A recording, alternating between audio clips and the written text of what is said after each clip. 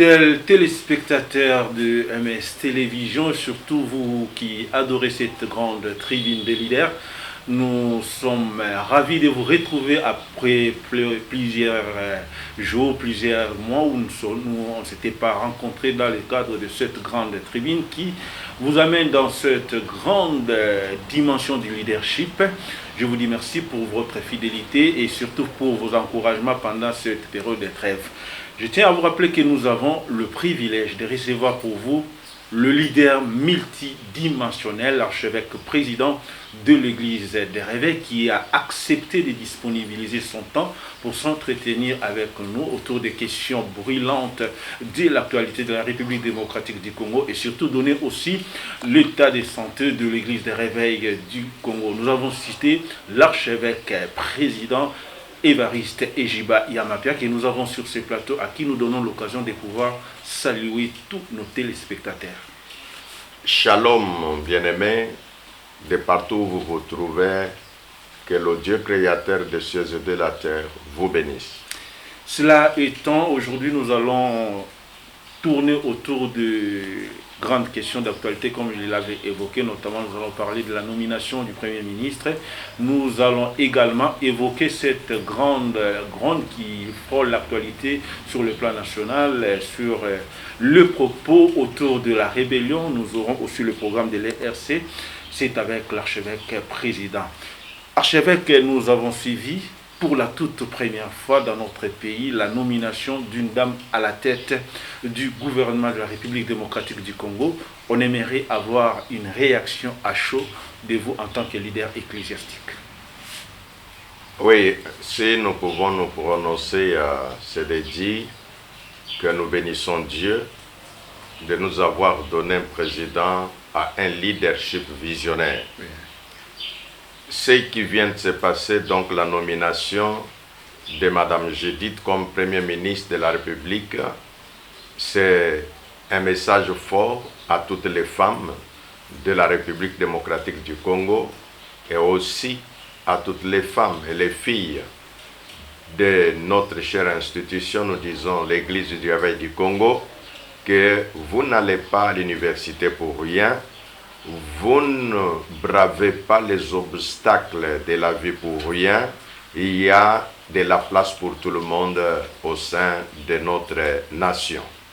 Il y a d'autres approches qui pensent que ce serait une fantaisie qui pourrait coûter très cher à la nation au regard des défis qui attendent la République démocratique du Congo, notamment la guerre à l'Est, les grognes sur le plan économique.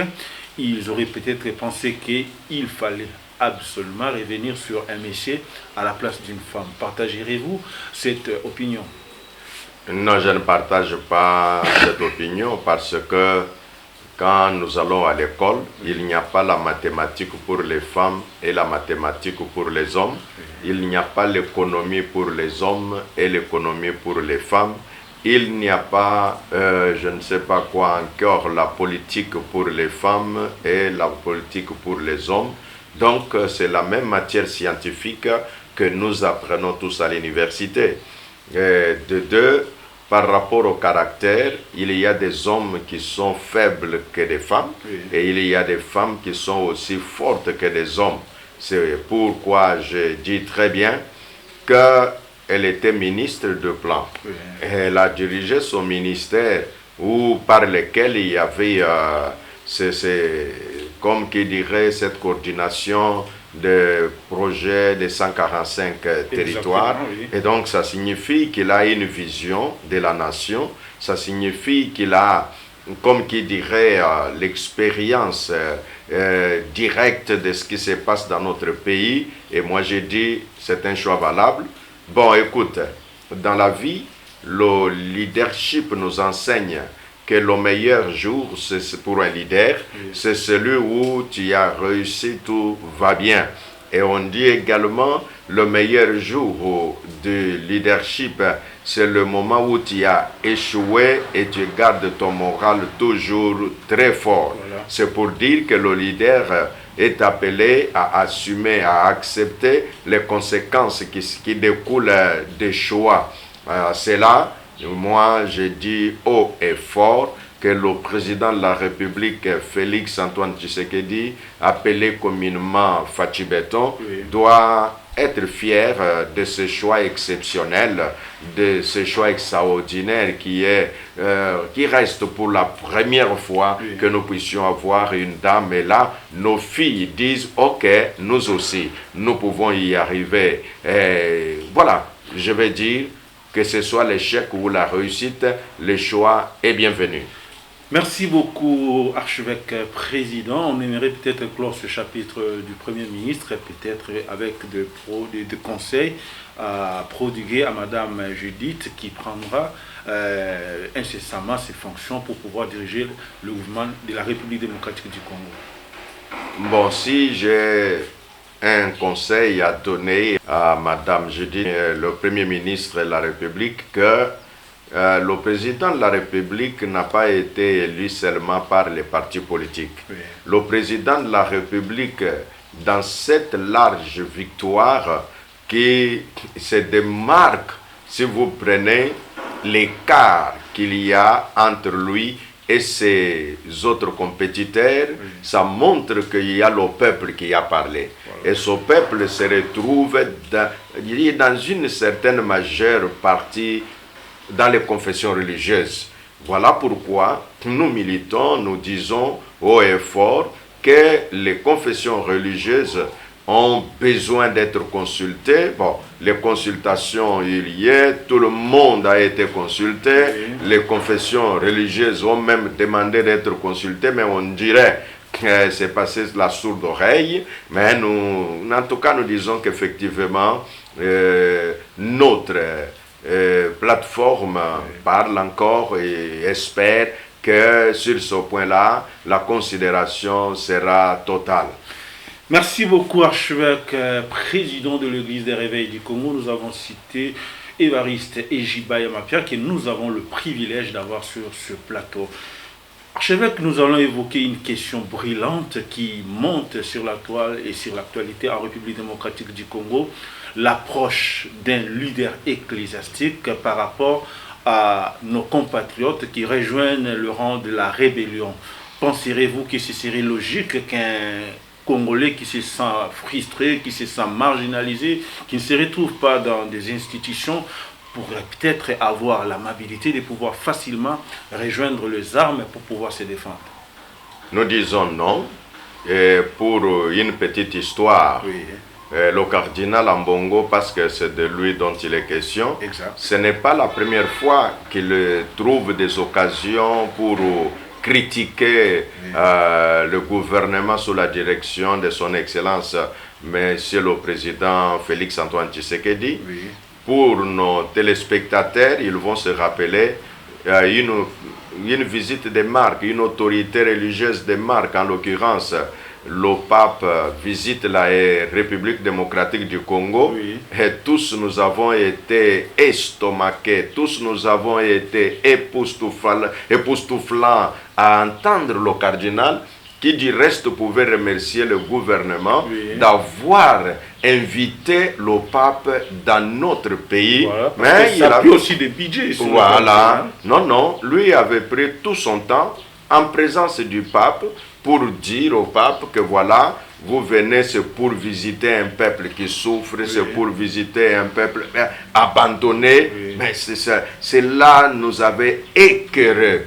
Alors voilà, c'est toujours lui, il revient encore à charge. Cette fois-ci, c'est dire que ceux qui sont frustrés, oui. Et qui rejoignent la guerre d'agression. Voilà. Parce que nous devons dire à notre peuple que la République démocratique du Congo n'est pas attaquée par une quelconque rébellion. Oui. C'est le Rwanda, appuyé par les multinationales, que c'est le Rwanda qui agresse la République démocratique du Congo. Alors c'est comme qui dirait que pour le cardinal, quelqu'un qui est mécontent peut aller joindre un autre pays et venir agresser son pays, faire tuer ses frères et sœurs, et puis renvoyer ces peuples en brousse, dans la souffrance, dans la misère. Et quand il dit ceux qui sont frustrés, ils sont frustrés par rapport à quoi? Parce que on doit définir sa frustration et à quel niveau. Oui. Si vous êtes allé aux élections, je vais vous donner un exemple. Oui. Que partout dans le monde, les élections se déroulent, il y a toujours des contestations. Exactement. Ce n'est pas pour cela qu'un citoyen va aller rejoindre une autre nation pour venir attaquer sa nation. Et en attaquant sa nation, c'est directement, il s'attaque lui-même sans le savoir. Exactement. Parce qu'il montre déjà aux autres que lui n'aime pas la nation. Donc au cardinal Ambongo de comprendre que lui, comme homme d'église, en tout cas, il doit toujours se présenter un peu comme qui dirait l'église au milieu du village.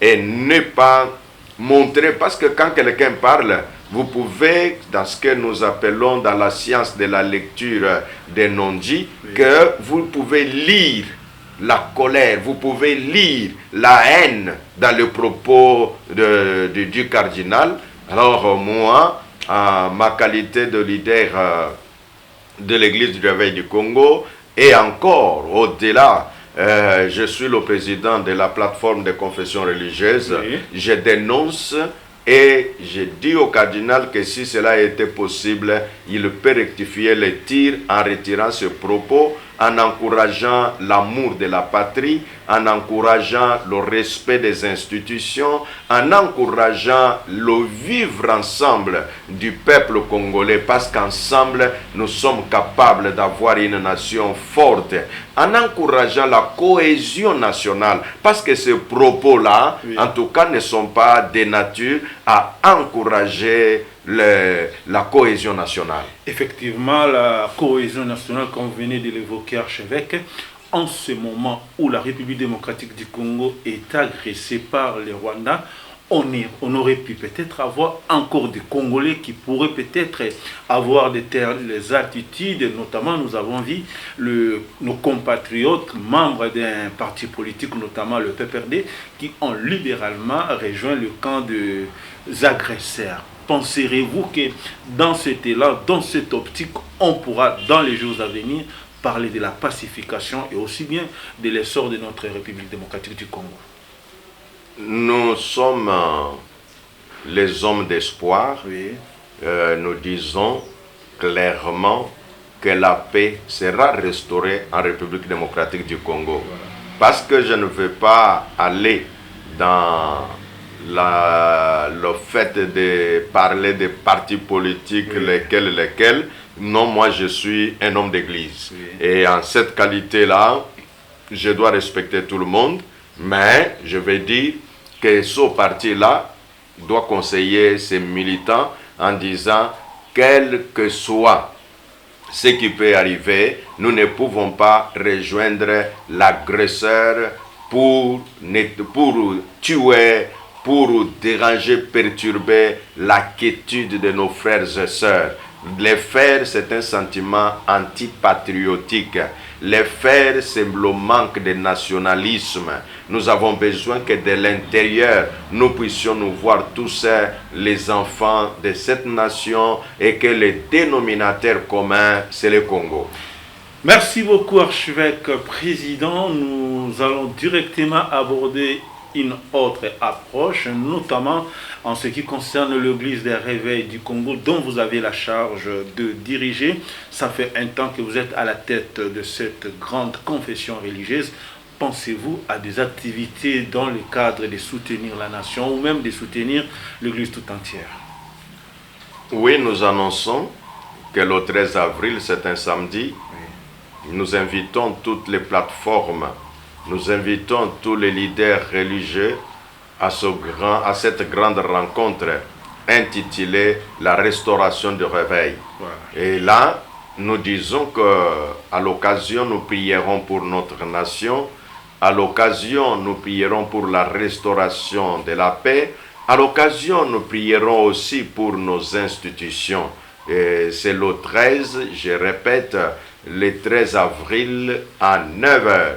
Nous serons tous dans l'enceinte de l'église Foi Abondante à Limité, 9e rue, côté résidentiel. Et vous tous qui nous suivez, l'invitation est lancée. Ne manquez pas au rendez-vous, il y a de la place pour tout le monde.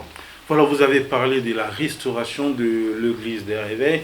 Aviez-vous illustré certaines failles, certaines approches qu'il faudra peut-être réparer au sein de cette grande confession religieuse? Bon, je suis président représentant légal de notre institution. Et donc, je ne suis pas là au micro pour dire que voilà ce que nous avons échoué. Non, non. Nous disons seulement qu'il y a eu à un moment donné une léthargie. Il y a eu à un moment donné des choses que notre peuple a décriées et que c'est pourquoi d'ailleurs qu'il y a eu les changements des différents leaders.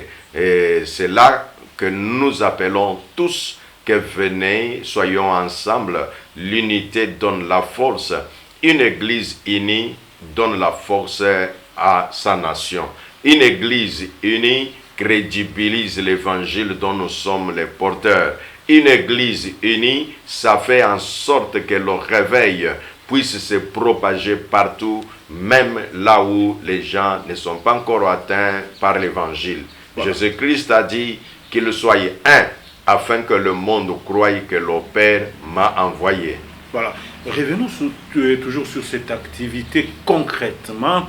Il sera question de quoi? Il y aura des enseignements, il y aura de prières. Ouvrez-nous un peu ce qui sera cette grande activité. Oui, à cette occasion, nous aurons des leaders qui auront à faire quelques mots, à diriger quelques moments de prière, précédés toujours d'une petite exhortation. On va parler de la consolidation de notre unité, prier pour que ce qui nous divise tombe et que ce qui peut nous unir soit élevé. Nous allons également avoir les leaders qui pourront parler de redorer l'image de cette institution. D'ailleurs, vous le savez, messieurs, mesdames, qu'il y a des gens qui prient chez les catholiques, qui prient chez les protestants, mais qui viennent dans nos assemblées. Ils disent que nous faisons un travail remarquable. C'est vrai qu'ils nous reprochent en disant qu'il y a des moments que nous faisons notre travail sans suivre l'éthique due à ce travail-là. Voilà. Et nous disons à toutes ces personnes-là que votre inquiétude sera bien sûr rencontrée et que nous y travaillons avec les fondateurs, nous y travaillons avec les leaders de la ville, nous y travaillons pour présenter une église crédible. Ce qui est parfait n'existe pas tant que nous vivons dans ce monde.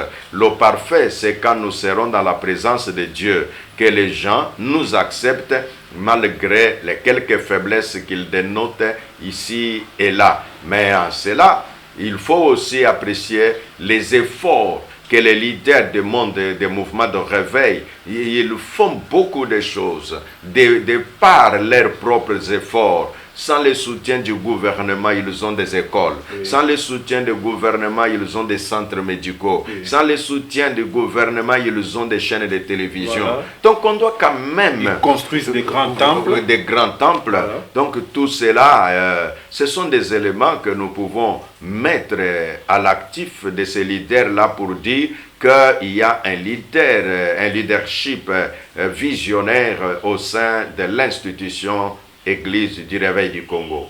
Justement, archevêque, on aimerait un peu avoir beaucoup plus de précisions sur le convivier à cette grande activité. Vous avez parlé des leaders des plateformes, ainsi d'autres leaders. Est-ce qu'il sera aussi question à d'autres ministres qui ne font pas partie de la classe de leaders des plateformes pourriez peut-être aussi avoir l'occasion de pouvoir participer à cette grande assise. Et dans une autre approche, on penserait peut-être que ça sera une façon de chercher à laver le sale linge en famille.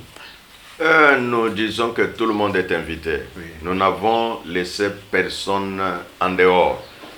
Si par hasard, le leader qui nous suit maintenant se retrouve que son invitation n'est pas arrivée, en tout cas qu'il sache que l'invitation est en route et d'ici mercredi, nous croyons que tout le monde sera saisi. Et pour cela, c'est une ouverture que nous faisons et que nous ne laissons personne de côté. Justement, il y a aussi une approche au niveau d'une classe de l'église de réveil qui penserait peut-être que non, vous avez pensé aussi aux jeunes serviteurs qui se retrouveraient peut-être dans des petits coins de la capitale. Est-ce qu'ils peuvent également être associés à cette grande activité? Ils sont associés. D'ailleurs, quand nous serons sur place, vous allez le remarquer qu'il n'y a pas que ceux que l'on appelle pères qui auront droit au chapitre. Il y a ceux-là qui sont de l'autre génération qui auront aussi droit au chapitre. C'est pourquoi nous lançons l'appel à tous en disant l'unité, c'est aussi cette combinaison des générations. C'est là que nous appelons les pères, c'est là que nous appelons de la génération après les pères. Oui. Donc les pères, nous qui sommes là aujourd'hui, donc tout le monde est invité et personne n'est mis de côté. Exactement, archevêque président, mais pour peut-être mettre fin à ce chapitre de cette grande activité, vous avez parlé qu'il y aura également une prière pour la nation.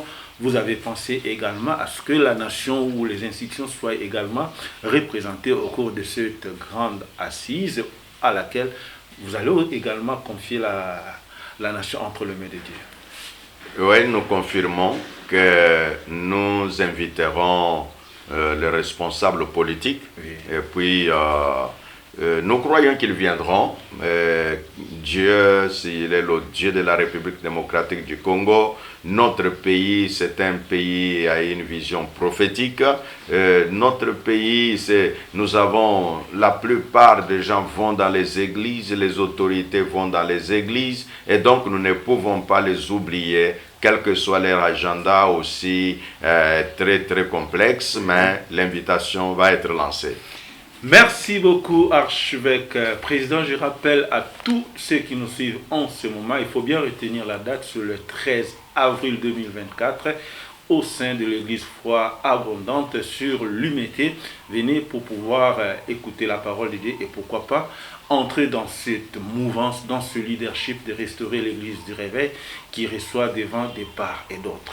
Archevêque président, il y a une dernière question qui est d'ailleurs brûlante. Nous allons revenir à la prise de fonction, à votre prise de fonction bien sûr en tant que président de l'église des réveils. Vous avez promis de pouvoir réunifier cette grande église des réveils, mais en ce moment où vous êtes déjà arrivé avec cette initiative de pouvoir remettre tout le monde ensemble. Bon, remettre tout le monde ensemble, c'est le travail que nous faisons en coulisses. Nous parlons avec les pères qui sont de la génération responsable de plusieurs plateformes.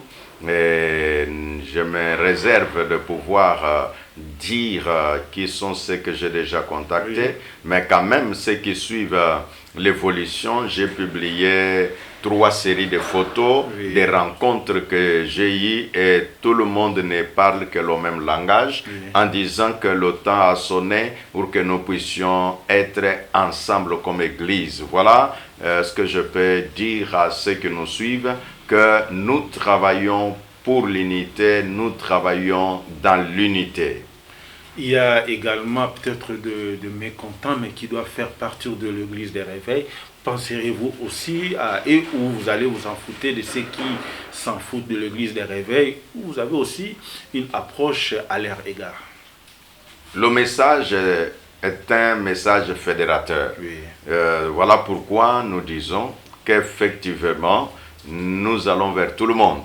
Peut-être je peux demander carrément aux amis de la régie de pouvoir balancer les quelques photos que j'ai prises avec les leaders que j'ai rencontrés. J'ai été avec l'évangéliste Kiziamina, nous avons échangé, il dit tous nous sommes dedans. J'ai échangé avec le général Sonny Kafuta qui du reste, il est un évêque général honoraire, Oui. et lorsqu'il a dirigé l'église du Réveil du Congo à une période, et il m'a confirmé que tous nous voyons dans la même direction. J'ai été avec l'apôtre Léopold Mutombo, Oui. nous avons échangé, tous nous parlons le même langage. Donc nous disons là que nous voulons être ensemble et ensemble nous sommes forts. Apparemment, archevêque président, votre leadership est en train de payer au point que nous sommes en train de vivre déjà ce rapprochement où on a des grands leaders, notamment tel que nous l'avons vu sur la photo, l'évangéliste international Kijamina Kidila, l'apôtre Léopold Mutombo. Aviez-vous peut-être des particularités pour pouvoir aller dans cette direction ou c'est juste une grâce que Dieu vous a faite? Bon, c'est vrai qu'il faut parler de soi, Oui. mais moi j'aime que le travail parle de moi. Voilà. C'est ainsi, je ne veux pas faire trop de commentaires quant à ce. Je dis seulement le travail parlera de nous. C'est ce que nous voulons laisser comme héritage à la génération qui nous suit. Nos paroles, vous savez, dans le leadership, on dit que l'homme n'a qu'à faire de tes bonnes intentions, Oui. mais l'homme voit plus ce que tu fais et c'est par là que l'homme te juge. Voilà.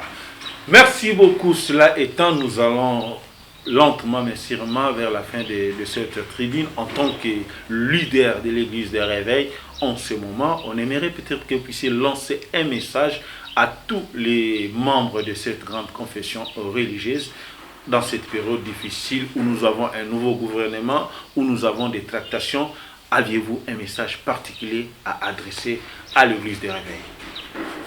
Le message s'articule en deux temps. Premièrement, c'est l'invitation que je lance à tous ceux qui se reconnaissent du monde de réveil, du mouvement de réveil, du mouvement charismatique. Le temps est là que nous puissions être ensemble. Retenez la date, le 13 avril à 9h, nous serons dans l'enceinte de l'église Foi Abondante à Limité, 9e rue. Tout le monde, les pères de réveil, tout le monde, les leaders selon que Dieu vous a appelé dans votre ministère, les pasteurs, les responsables d'associations ecclésiastiques, les responsables des plateformes, venons tous à cette rencontre, dite la restauration du réveil. À cette occasion, nous prierons pour notre pays, la restauration de la paix à l'est de la République. À cette occasion, nous allons prier pour la conservation de notre unité. À cette occasion, nous allons également avoir des messages qui nous édifient, qui nous élèvent, qui nous donnent une perspective, qui nous montrent que l'avenir sera bien meilleur que le passé. Voilà, c'est au travers cet appel de l'archevêque, président de l'église des réveils, que nous allons mettre un terme à cette tribune, mais peut-être qu'il a un tout dernier mot avant qu'on se sépare et surtout ces fidèles téléspectateurs de cette grande tribune qui ont eu un peu un temps sans pour autant nous suivre. Archevêque, peut-être un mot pour les encourager à continuer encore à nous suivre.